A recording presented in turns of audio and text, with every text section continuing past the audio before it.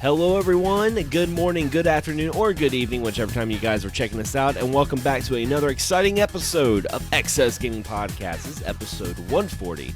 I'm one of your hosts, Xander Skullion, and joining with me, as always, my wonderful co-host, Mr. James Gruesome. What's up, James?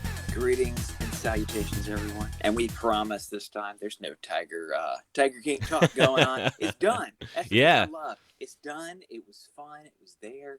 And now it's over with. And, it's just more about games, hanging out, and still everybody trying to, get through this situation. So I hope everybody, is doing well. I hope maybe you got your stimulus check. I know a lot of those are still coming out as I've been delivering some of those, myself, if you didn't have the direct deposit situation. And I do want everybody to know, that the post office is trying to do as much as they can to help people get their checks, to where if someone has moved, if we have a bad address, it's a name we don't know, we are holding them at the post office, so people can try to contact, and get it. It's like we really are trying to help people get these because people really do need them. At the end, like, it's great to get. It's also, not a huge amount. So I do, we don't want to get too much into political stuff, but this is just about the people. So I do hope they do have another plan. And there's lots of rumors and talks of other stimulus ones, like a $2,000 a month, all kinds of stuff. So I just hope everybody's doing okay. I hope you get your money, and, I just hope we all make it through this, especially, small businesses and such. So, try to support those as much as you can during this time. But other than that, I hope y'all are enjoying some great and awesome games, because those are still coming out. Oh, yeah. And I mean, it's been a pretty interesting month for April. And everyone's been kind of having to stay inside. And I remember last night, I woke up at like 1 a.m., like wide awake, and I'm sitting there trying to get back to sleep. And something dawned on me, and I decided to post it on Twitter, because I was like, if this whole thing happened during the 90s, then this probably would have happened to one of us.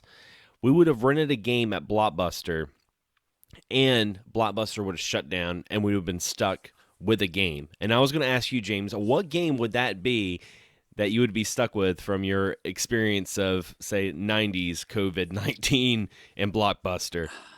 Man, I'm trying, I don't want some years to cross over when they came out, because I'm thinking at certain times it could have been NES, Super NES. Sometimes it was both. I'll throw one from both. If it was NES, it probably I would have been stuck with X-Men, which I told before I passed up. Actually, no, what it was always checked out. One time I got Three Stooges instead, which was awesome. But that's a good game. I don't know. If I had that stuck in quarantine for a while, I'd probably get tired of that too. But I ended up getting that instead of X-Men because it was checked out. And when I finally got X-Men, it was like, wow, this game is terrible, because it's just it's a game you're waiting for. So there's games that are checked out. That or Baby Boomer would have been the NES ones I was stuck with. And then I'd probably throw out one of the first Super NES rentals I ever got, which I think was on a I don't remember what year it was. It was on a birthday, but I'd got Draken, which was a very, very early, Super NES kind of RPG, with a overhead 3D world, made by Kimco Seika put that out, who actually I usually love. They did all the Shadow Gates and everything. But man, Draken was that was a rough game. Though its sequel, Dragon View, that's a game, on the other hand, I would have loved to have been stuck inside with, because I played that. I've mentioned it also before on this show. It's one I found way later, and it blew me away. It's a game I wish I did play as a kid. So, that'd be the one I wish I had during quarantine, and Draken would be the one I did not want during quarantine. Yeah, I think for me it might have been probably Turtles in Time, because I remember I rented that game all the time at Blockbuster, and actually I remember we actually had a pretty outstanding late fee charge, because I had rented Turtles in Time. My mom's car broke down and we couldn't get back to Blockbuster, so it was 10 days late. and did you ever do this? I remember when we would rent games and we would have a late fee, and we'd have to keep tabs, because it'd be other mom and pop shops that you could rent movies and video games from. So it'd be oh, I want to get a Blockbuster. No, we owe a late fee. We got to go to Hollywood Video this week. Or no, we owe a late fee for Hollywood Video. We got to go to Smash TV That used to be a rental place here, and there was also another one called like Friends. We had Friends. That was pretty cool. Yeah, you used to have so many. Like we had Video Hut was the Oh yeah. local. Video Hut was the local one in my area that stood around for the longest, and over time, that was really where I put my loyalties. I mean, I probably did have a late fee at Blockbuster too. I had a late fee at both. Video Hut was a little bit more understanding. Sometimes they would even still let you rent, but they were the place. They also had porn movies. Yeah, a lot of video stores that had those back in the day, and they had those in games, and that was the one I kind of like. I put my loyalties, with them. Had a great horror selection, just a great place. But yeah, I mean, at least Turtles in Time, man. At least that would have been. I mean, you might have got sick of it Yeah. after a while, but at least that would have been like a pretty good one to have. Much better than Draken. Now, I will say they're like where my girlfriend's from. She's from Clover, South Carolina. They still have a video rental store in their town. Oh, nice. Yeah, it was like we were going by to go see her dad, and we were driving by, and she's like, "Look, that's the rental place," and it looked almost like almost looked like a house. Like it didn't look like a store; it looked more like homey. And I remember it had like the windows outside, and they had like Infinity War posters, like and like Star Wars and stuff like that. And I thought it was really cool how it was kind of a rental store, but it was very modernized. Like it had the new movies and stuff like that. And I was like, man, I miss the days. I miss the days of going to a video store and kind of choosing what you wanted to spend your weekend with. You know. It was a big choice. And it's one of those things, I miss too. And I wonder sometimes, like, do we look back with nostalgic eyes? Because, like, if we had a video store down the street, like, I wonder some of us, like, would we go? Yeah. It's like, I just don't know. I appreciate people doing that. And, like, if I saw a video store somewhere, I would almost want to go buy a membership. Like, not rent anything, but just to support and have, like, a card in my little, I don't really carry a wallet. I have a stack of just cards and crap I keep in my fanny pack because, that's just what I do. But I would almost like to go and purchase, just a membership card from them just to support. Like if I was in another town, I wouldn't ever want to rent anything because I'd probably never return it because I would leave. But I think that's cool, and you hear about, that Blockbuster in Alaska, but we know there's lots of, little mom and pop things you just don't hear about. And if you're in a small enough town, depending on the area, it's something that really could sustain, and it's still a really cool option because sometimes when you have these services, that you pay for with the streaming, there's so much. And sometimes that's too many options, I think, for people. And they'd rather just, I need one thing. Let me go. And physical, even for us, as many of us still like in game form and such, that still works in other things. Even going to a video store, physically renting this. Some people don't trust renting things, over streaming, over the internet. A lot of people are like that in certain areas. They don't trust it, so they would still actually rather rent a physical copy of something. And it's just, I think it's cool to have that option around still. Yeah, definitely. And speaking of like rentals and staying inside, there's not a whole lot going on gaming news wise, but I did want to mention something that was really interesting. That's with Animal Crossing.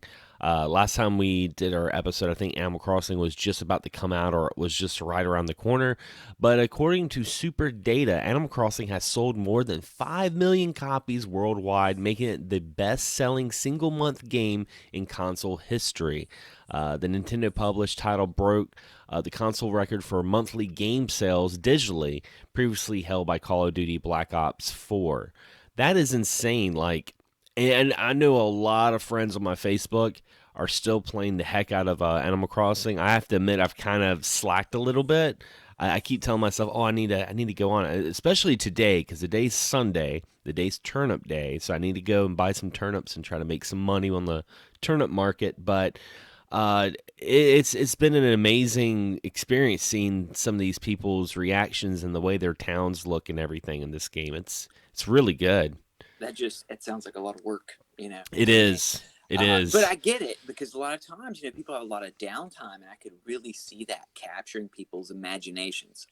I realized, I think I got the one on 3DS that came out, and I should probably put it in and go see what my town looks like. So probably everybody's dead and it's just all rotting everywhere. I wouldn't mind seeing that. It's just I think that was a game that was not for me, but I totally understand.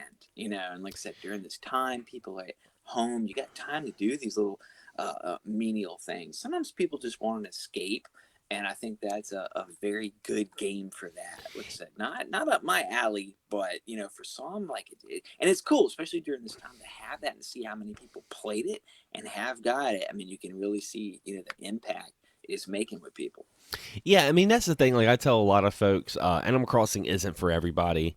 And for me, like when I first got it, I mean, I easily put 20, 30 hours into it the first week I had it. I couldn't put it down. But, after the newness kind of wore off and it gets kind of repetitive for me, being like, okay, well, I'm going to get up. I'm going to, get fish and do this. And they had, certain events that happen monthly, which is really cool. But, I mean, it's been a really interesting game. Like I said, I need to pick it up and play it again. But I've been kind of preoccupied with some other things that we'll get into with games we've been playing. But before we get into that, of course, I did want to talk about one game that you and I both have been playing. And we usually save this segment for the end, and we'll go back to it. But Streets of Rage 4, man. Like, I know you haven't heard this, James, because this is before it's out, but I'm actually using the boss theme of the original Street Fighter, original Streets of Rage, the original theme for opening up the episode this week. But Streets of Rage 4, holy crap, man. Gotta say, I had a little bit of disappointment at first, not due to the game. It's because I thought it came out on the 28th.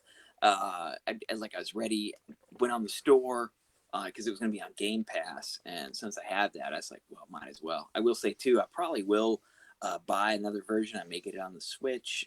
I may snag up a physical version, myself, too, of some form, just because I like it that much. Like I said, I had that initial disappointment.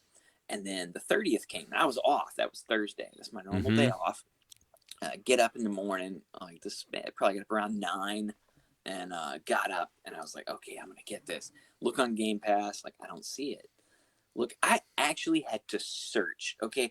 And the movie, this is kind of a funny tie back to everything actually. The movie Streets of Fire that has it's starring oh god, who's the dude that played Green Goblin?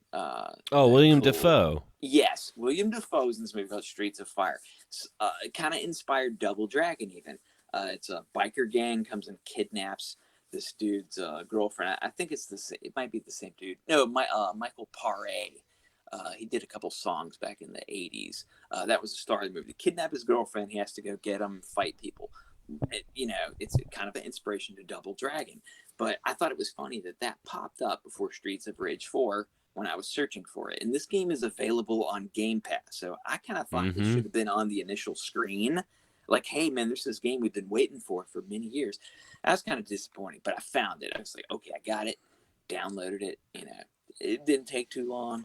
Jumped into it. I mean, it really took me back. I put it up there with Neon as far as games I think that, really accomplished. A lot of us that, played them back in the day really accomplished that old school feeling. But it was new, but it still had that funness to it, man. I felt like I sat there just with a smile on my face, like playing it.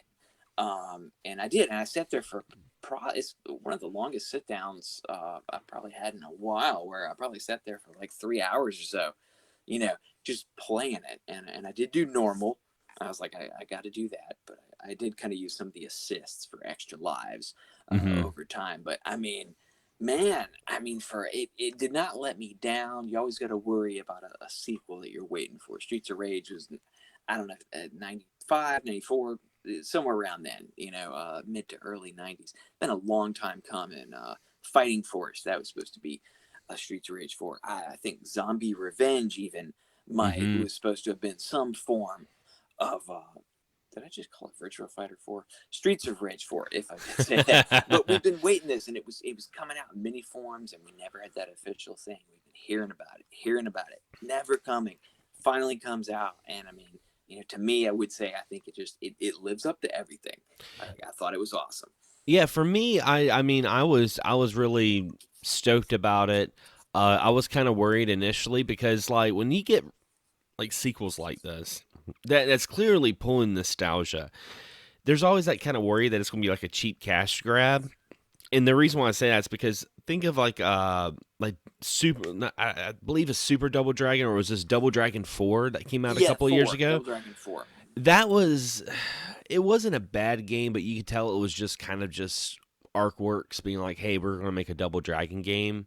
Because I mean, they used a lot of the same sprites. It was just kind of like it almost felt like a fan made game that was officially released. Which there are a lot better fan made Double Dragon games out there, but It's one like you said. You kind of look at it, you know what it's going to play like. yeah, And I'll throw in too with Streets of Rage.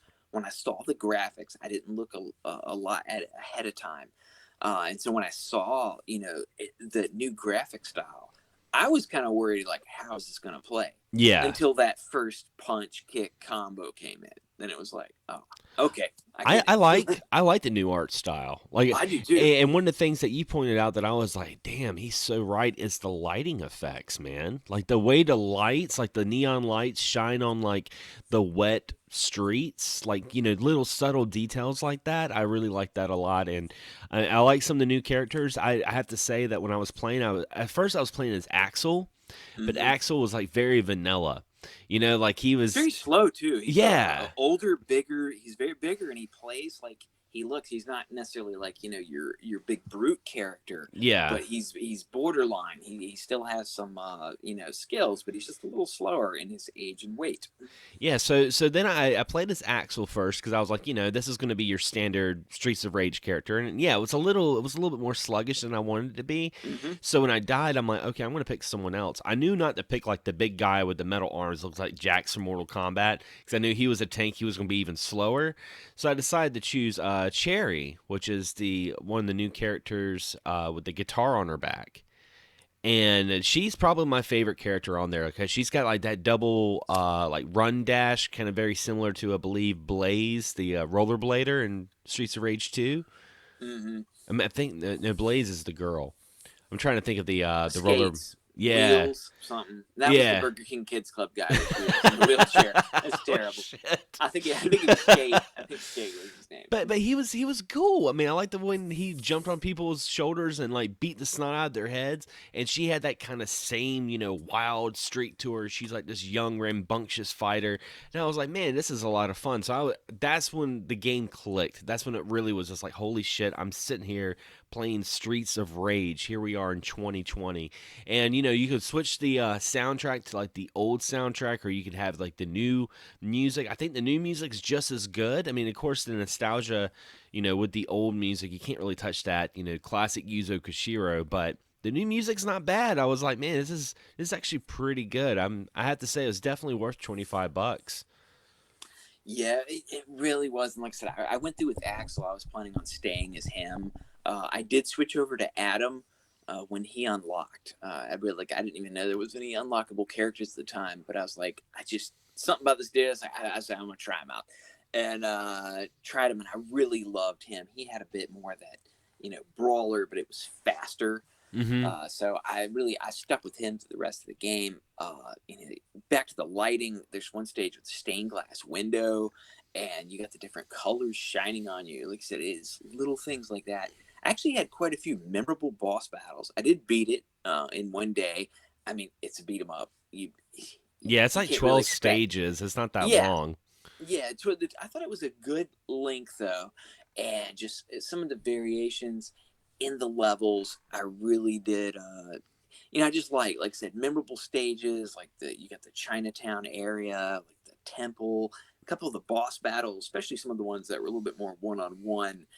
Because many times they'll call in extra, people to come help Mm-hmm. out. But I think it was the one guy, Goro, the karate guy in Chinatown. But I think he was the one. I don't think he called in any extra people. I could be wrong on that, but I really had fun with a lot of the boss battles. Nothing was too irritating. Lots of throwbacks.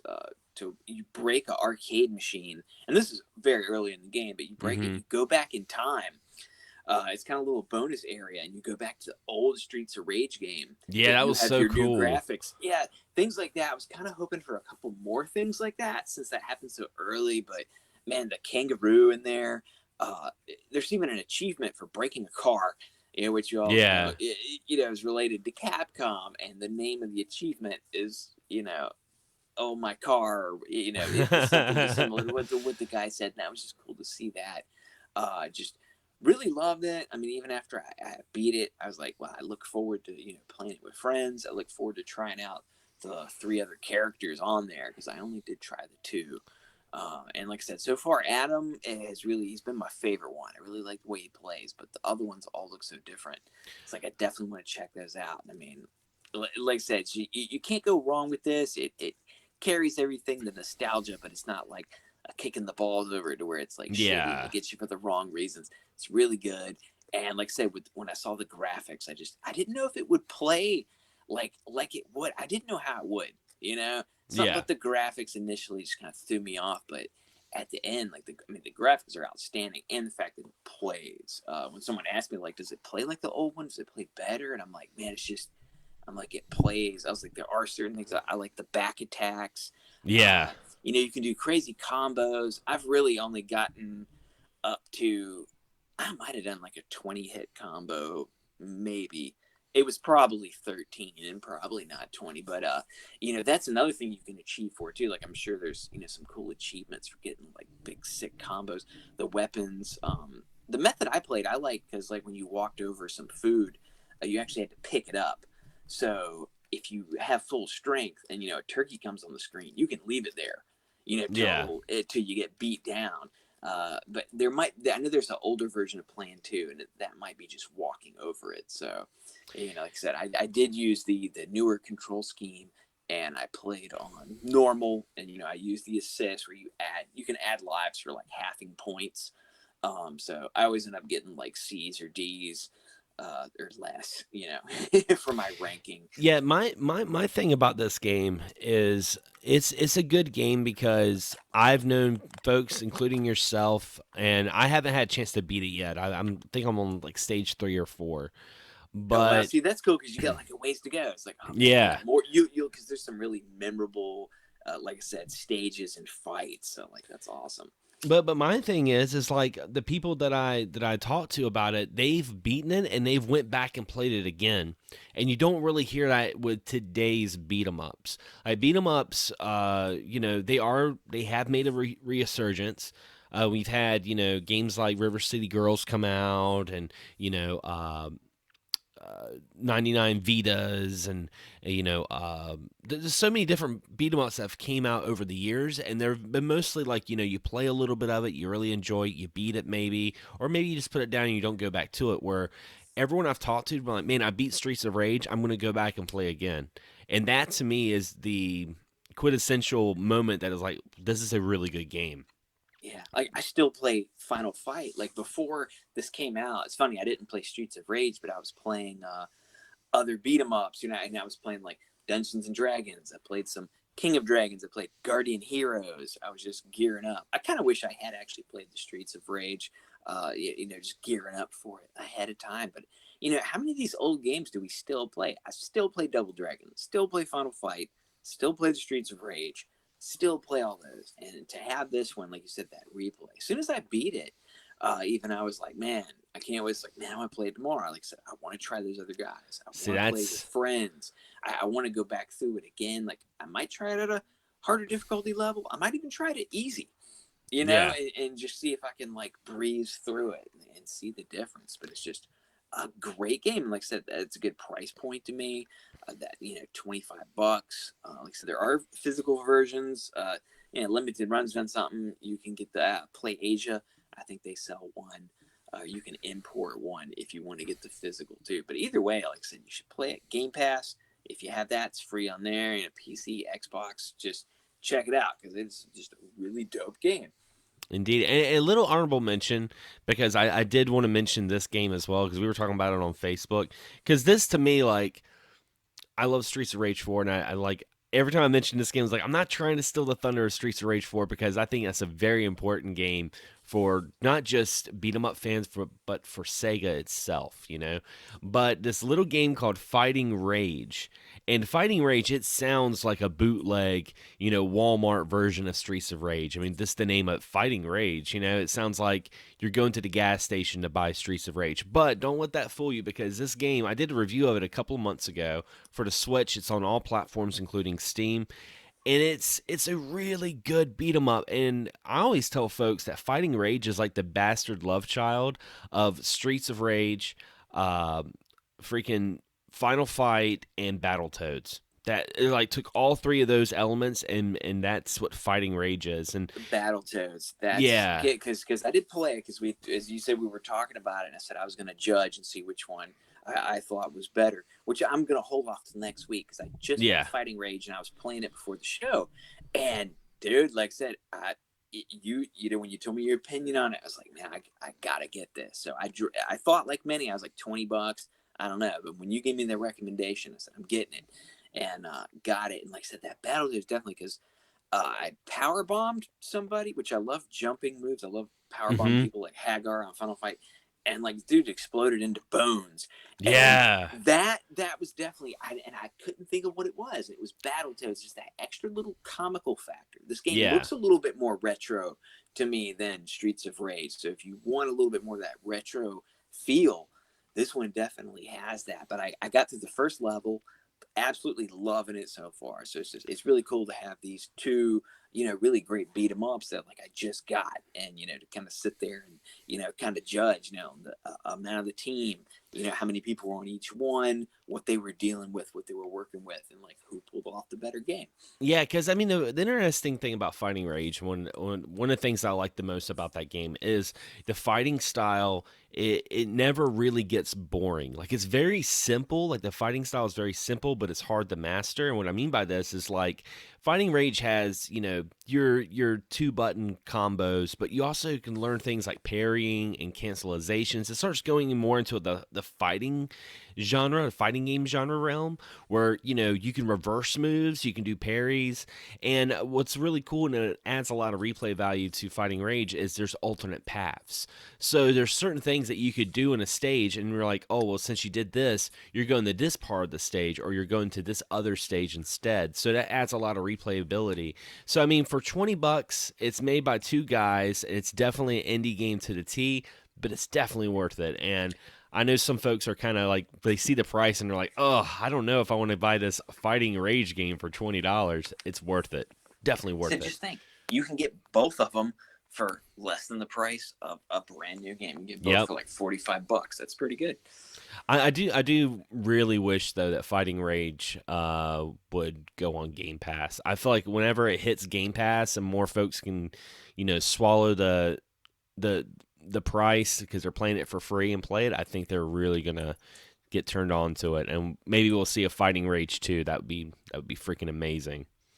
Could be, because like I said, it's awesome. I can't wait to play it more later today. Now, we decided to, on this episode, talk a little bit about the PSP. It's something we've been wanting to cover for a while. And, we're not going to go and talk about the history of the PSP and sales numbers and blah, blah, blah. We're just going to, have a nice little last 30 minutes of the show, talk about how much we love this little handheld console that, in my opinion, is very underrated. It was almost like everyone who had a PSP loved the PSP, and Sony was just kind of like, I don't know what I'm doing. So what I decided to do is I went on the XSGaming Podcast group page on Facebook. That's facebook.com/group/XSGaming Podcast. And I asked the listeners to share some of their memories of the PlayStation Portable. So I'm going to read some of those and we can talk about it. First one is John, the Retro Bro. He says, I was deployed when the PSP came out. I went with a DS, but was sort of jealous of the guys who had the PSP. I remember being amazed how good the graphics were for a handheld. However, I was glad I got the DS because everyone I knew had had their PSP stolen, at least at some point. They were a hot commodity out at sea, which I guess that makes sense. I mean, it's a Sony product. Yeah, it's just kind of crappy, man, the fact that anybody like somebody out on the ship, would like steal their fellow sailors' system. But yeah, bad things happen everywhere. And, shout out to John, for serving. Also, my brother EJ, I've mentioned many times before, he also was in the Navy. And handhelds are really big for guys out on the ships. Like, I know this personally. Yeah. And I could see him. The DS was a great one. PSP was one myself. Like, I got a little bit later. I actually got it from my brother. I didn't have one. He bought the initial one when it came out, which is kind of funny how this all ties in because you ended up with that one too. Mm-hmm. So he'd given me, one. I think I had it for a while. And then he'd got maybe the PSP 3000. Because there were a couple different, iterations of it. Yeah, Like mini the systems. 3000 was the one you could hook up to the TV, right? Yeah, and Mm-hmm. possible the other one, there was a 2000. That might have been the first one that did it. Like I said, I'm not super familiar with every single version. 3000 for sure came, I think, with connectors. You could put it up to the TV. But he'd given me the first one, and then later he'd got the 3000, and he had that Darth Vader one also. And I think when he got that one, he gave me his original one. So I think I sold you the original one for like pretty cheap and gave him Mm-hmm. the money, even since he gave it to me, and gave me another one, which I still have, the Darth Vader one now, which was the white one with Vader on the back, which is very cool. Yeah, Still an the early version, but that was kind of, I had mine a little bit longer, but with you getting that one, we kind of had ours around the same time. Yeah, and that was actually the second time I had a PSP because I did buy a PSP earlier, and what made me buy the PSP initially was the release of the Dracula X Chronicles. This is back when I was working at Babbage's. This was like 2008, and I always joked around like, "Hey, if some console wants me to or some company wants me to buy their console, make an exclusive Castlevania game, you got my money right then and there." And that's what the PSP did. They released the Dracula X Chronicles, which at the time was the only way to play a US version of Rondo of Blood. And it was cool because you had this new version of Rondo of Blood. And I still like the way that looks, but you could also unlock the PC Engine version, and you also unlocked Symphony of the Night. And I was just like, man, I actually still have the promo box that I got at Babbage's when they had it for pre-order. It was just a picture of Dracula, and it's like the Dracula X Chronicles. Very bland looking. It was $39.99. That was the price of it. So it was a $40 game, and I still have it. And yeah, I mean that's just an amazing freaking game. A matter of fact, Vince, uh, Vince, one of the guys that listens to the show, he's like, I bought the system for Ultimate Ghost and Goblins. The Dracula X Chronicles was awesome. When I learned to mod, I used it for an emulation machine that made the system even better. There are so many good games. It's one of my favorite handhelds. And that's another thing. The PSP was one of the first consoles I ever heard of people actually modifying and putting emulators on as well. Yeah, possibly part of its downfall. They Yeah. did have lots of piracy problems, lots of people hacking into it, which could be, why they had so many versions, trying to block that out. But people still figured out a way to do it. And like you said, with the Castlevania, this was before, and Symphony of the Night, we all love it. And we know we might be a little bit oversaturated with it at this point because, it is on everything, which I think is Yeah. good. You should be able to play it on everything. This You can was one get of it. the You can get it on mobile now. It's on cell Yeah, phones. this was the very first handheld version we ever had. And like I said, it was sold as just you know Rondo was the newer version, and which was very cool because a lot of people weren't super familiar with that one, but it had the original unlocked, like you said, the PC Engine version, and a throw in Symphony of the Night. It really was like the ultimate Castlevania collection, at that time, and for the price, $40, it's like it really packed a lot. And I mean, it looked, held up, all the graphics. It was a very, very, very clean system. You could put it up with the DS, and I mean, graphic wise and stuff, it didn't really compare. The PSP could really blow it away. It really could. Uh, but it was a hard fight, for them because Nintendo had that handheld. So many people had failed before, and I think Sony, probably put up the greatest fight as far as one of the best products that anybody, really could have done with that. And the thing about the PSP too is like a lot of games like held up so well, and they had a lot of games. Bill Bush, He said, "Oh man, I love the PSP. I went everywhere with that thing. I still have around 100 titles for it. It was my first system in memory that had games so good that they were ported to home console, which is the Exactly. PS2." Which, yeah, he is right about that. To call out just a couple of games that shouldn't be missed are Persona 3, Tekken 5. Let's see, Tales of the World 1 and 2, Star Ocean 1 and 2, Crisis Core, Twisted Metal, Head On. He mentions Dracula X Chronicles, Final Fantasy 1, 2, 4, and 2 God of War games, Soul Calibur, Dragon Ball Z, Shin Budokai, Final Fantasy Disgaea, Mega Man Maverick Hunter X, and Power Up, Parasite Eve, The Third Birthday, Silent Hill Homecoming, and Silent Hill Shattered Memories. I mean, he's mentioning all these games, and yeah, that's the thing is we actually got some of these games later on the PS2 and PS3 as collections, which is insane to think about. Yeah, God of War. You hear both those games, the chain, let's call them the chain games on there. They put both those together on a collection. I have those on PS3, and I mean, and they also played great on Yeah. the PSP. I mean, they put big titles. I don't know if you'd mentioned this list, but Metal Gear also Mm-hmm. had some, and we saw these weird versions. And I know he did mention Silent Hill, but there was a couple. I think it was, well, I don't know if Metal Gear Acid was one. It was like some weird card game and like virtual comic. We get Yeah. some weird games. Silent Hill uh, definitely had one that had a full comic with the Silent Hill experience.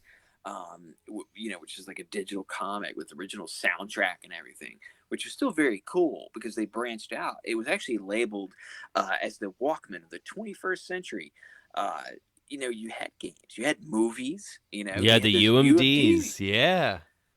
There was a lot of major titles would come out on that. It was around for a very, short period of time. That Now, one didn't hold up, but I'll the say, system itself did. did you have a lot of UMD movies?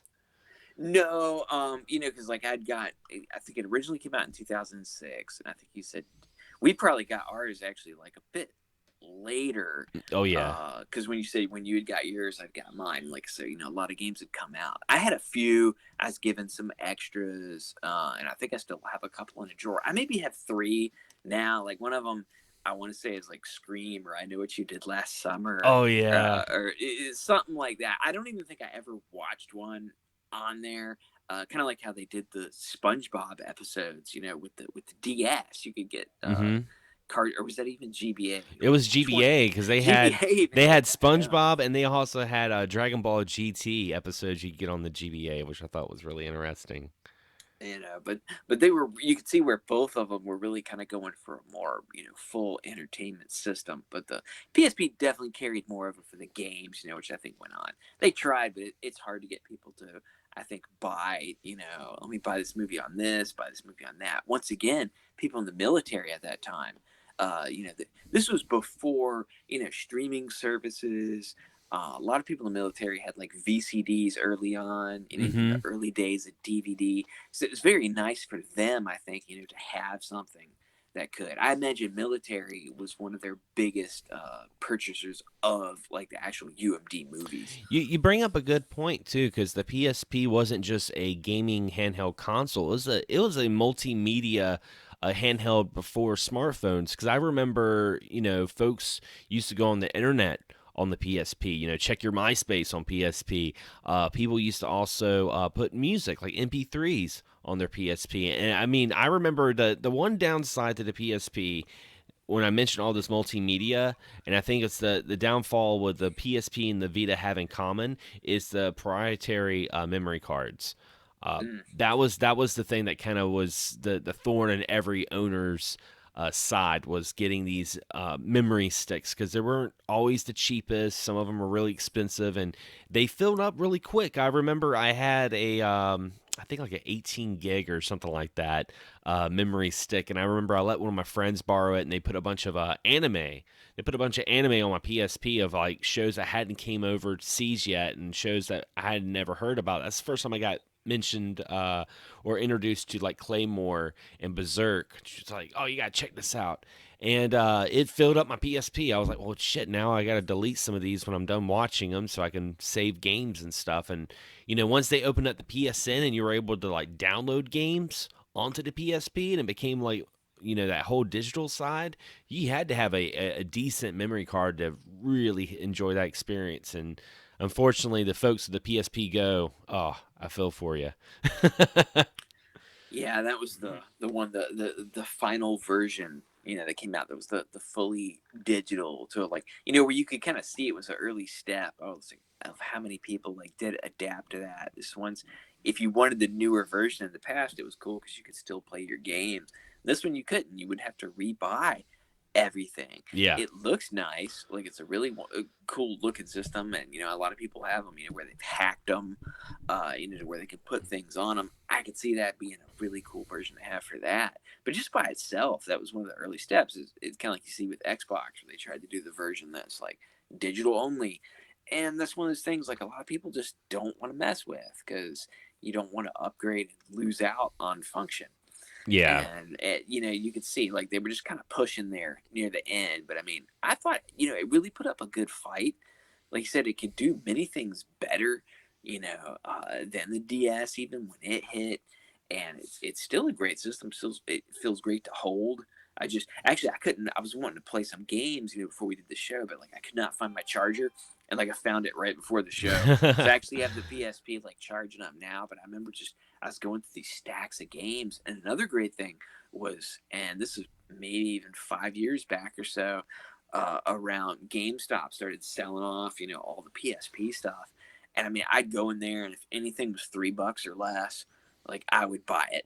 If it sounded semi-interesting. Some things I probably still skipped, and a lot don't have covers, but it's kind of like I said, whatever, man. This game costs $2 or $3, but I got a whole stack of them, and a lot I had throughout of it.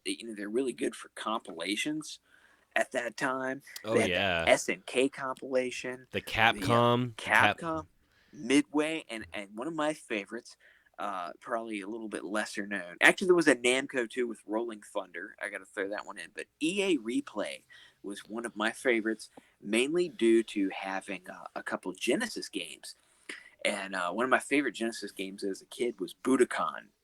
I was really into karate, and it was like a martial arts, kind of like an advanced karate champ. Like it's not a great game, but you had many different styles of like kobudo, like Okinawan weapons on there. Like I said, like tonfas, bow staffs, sais, nunchakus. Like it was very cool. Like I never really played anything like that.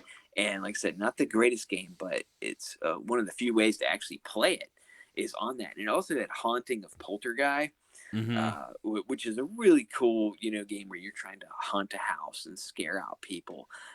Mutant League Football was on it. It was about 7 or 8, classic EA games, and we can see how they've jumped up. We've had the the newer EA Replay where they put out a lot more, or the Rare Replay. Actually, that's not the same thing, is it? No, Rare Replay. I got confused with the names, but no, EA Replay. It's a great one whether you're emulating or you find a little UMD for cheap. Like that was one of my favorite ones.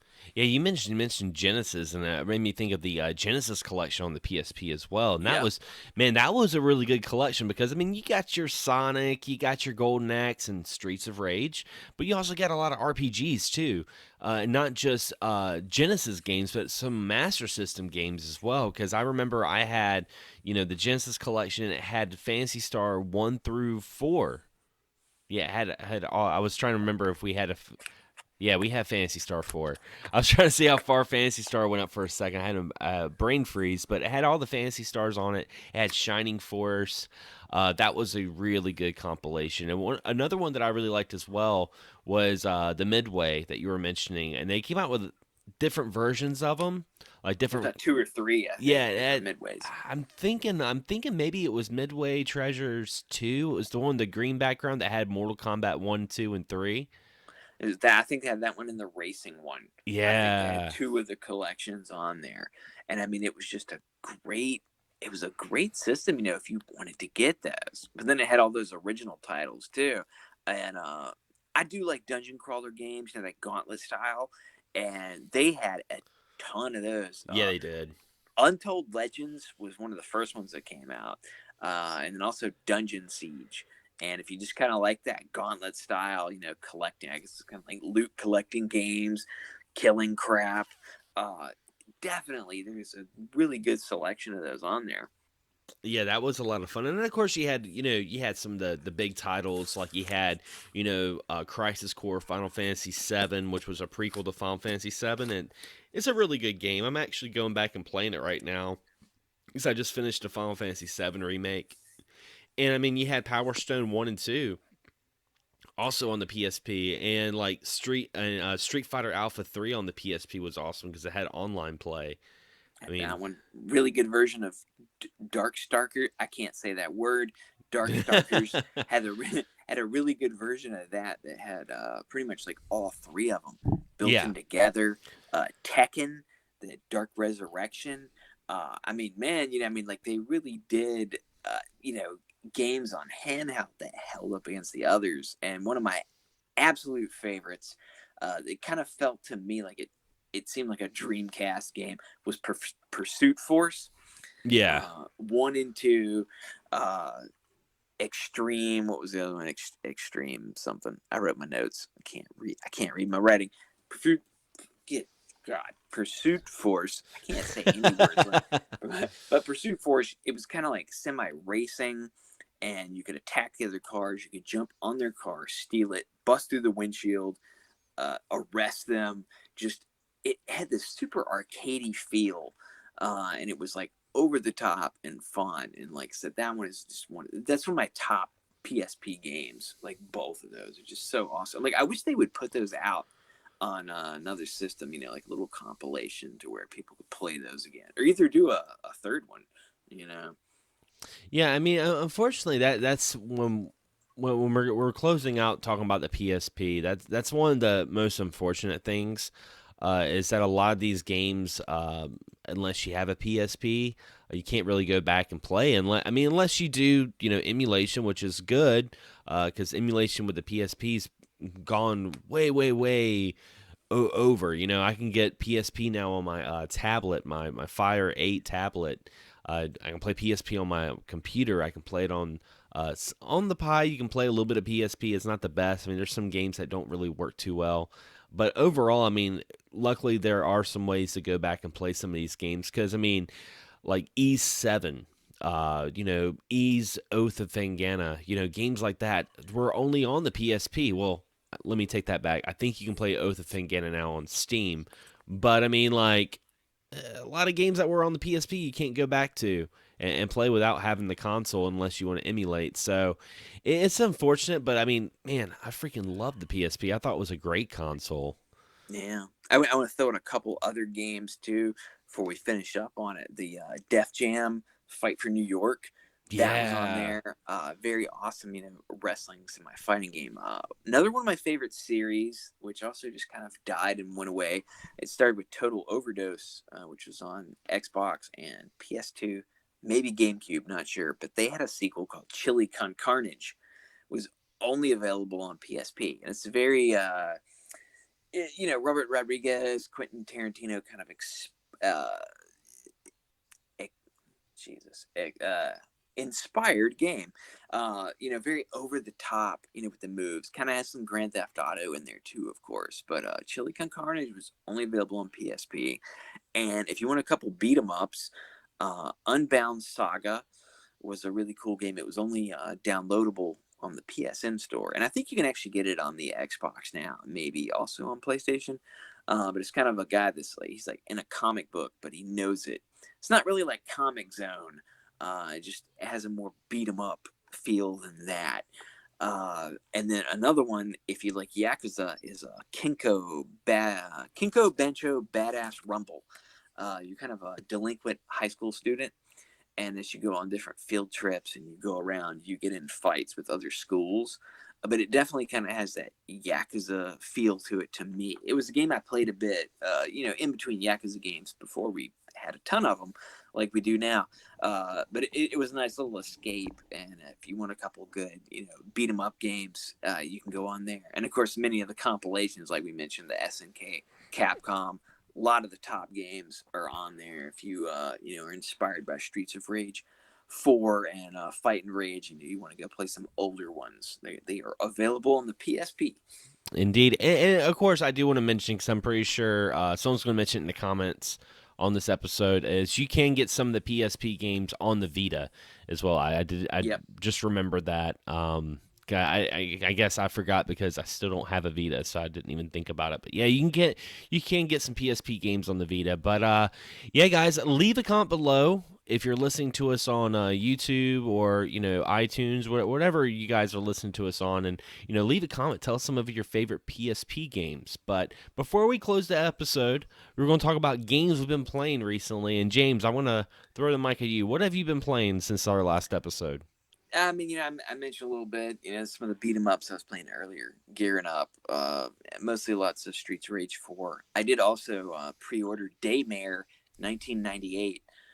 This was back when Resident Evil 3 came out, which I've still been going through that. I haven't been hitting it quite as hard as I've wanted to finish going through it. But the Daymare, it was a team that was working on their own Resident Evil 2 remake before the Capcom one came out.